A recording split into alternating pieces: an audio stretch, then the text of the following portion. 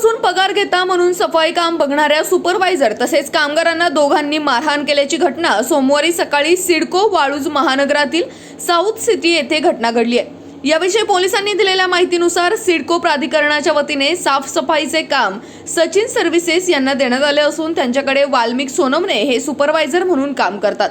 सोमवारी सकाळी 6:30 वाजेच्या सुमारास रुक्मिणी वाघमारे व नामदेव वाघे दोन सफाई कामगार साऊथ सिटी भागात साफसफाईचे काम करण्यासाठी गेले होते।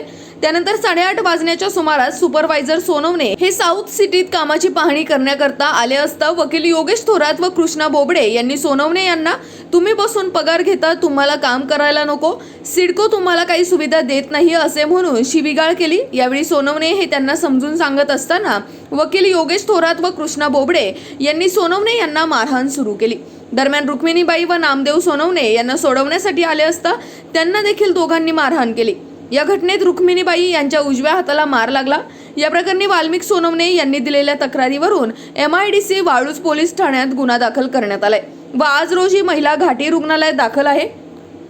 अविनाश वाटोरे, मी नारी शक्तीचे संस्थापक अध्यक्ष आहे आणि माझ्या आईचं नाव रुक्मिणी निवृत्ती वाघमारे।